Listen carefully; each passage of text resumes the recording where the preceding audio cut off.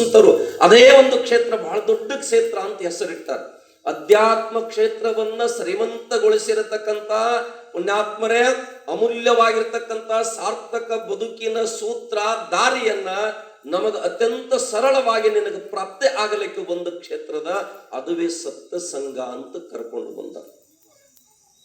ಅದುವೇ ಸತ್ಸಂಗ ಅಂತ ಕರ್ಕೊಂಡು ಬಂದಾರ. ಅವಿರಳ ಆನಂದವನ್ನು ಪಡಿಬೇಕಾಗಿತ್ತಂದ್ರ ಆನಂದದೊಳಗೆ ಆನಂದ ಬೇಡ, ಅವಿರಳ ಆನಂದ ಅಂದ್ರೆ ನಿರಂತರವಾಗಿ ಸತ್ಯ ಸಂಘ ಅಂತ ಕರೆದಾರ. ಸತ್ಯ ಅಂದ್ರ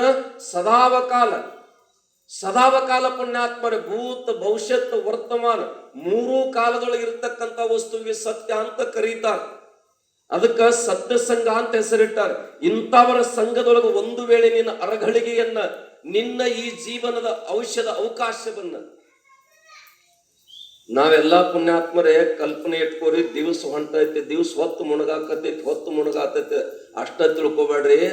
ಸೂರ್ಯ ಅಸ್ತಂಗ ಆಗತಕ್ಕಂಥ ಸೂರ್ಯನ ಜೊತೆಯಾಗಿ ನಮ್ಮ ಭವಿಷ್ಯದ ದಿನಾನು ಒಂದ್ ದಿವ್ಸ ಮುಣುಗತೈತಿ ಅಂತಕ್ಕಂಥದ್ದು ನಾವೆಲ್ಲ ನೆನ್ಪಿಟ್ಕೋಬೇಕು. ಬರೇ ಸೂರ್ಯ ಅಷ್ಟ ಮುಣುಗ್ತಾನ ತಿಳ್ಕೊಬೇಡ್ರಿ. ಇವತ್ತು ಸೂರ್ಯ ಮುಣುಗ್ತಾನ, ನಾಳೆ ಉದಯ ಆಗ್ತಾನತ್ತಿಲ್ಲ.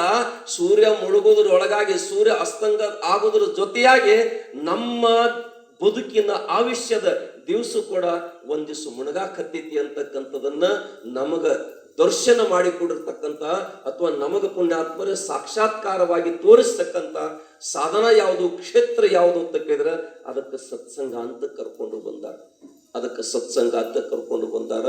ಅದಕ್ಕೆ ಆ ಸತ್ಸಂಗದ ಮೂಲ ಉದ್ದೇಶ ಏನು ಅಂತ ಕೇಳಿದ್ರೆ ಅವಿರಳ ಆನಂದವನ್ನು ಪಡಿಬೇಕು.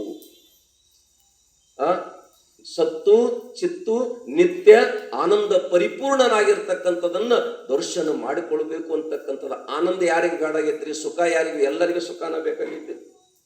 ನಾವೆಲ್ಲ ಜಗದಾಗ ಬೇಡ್ಕೊಳಕ್ ಹೊಂಟಿದೀವಿ.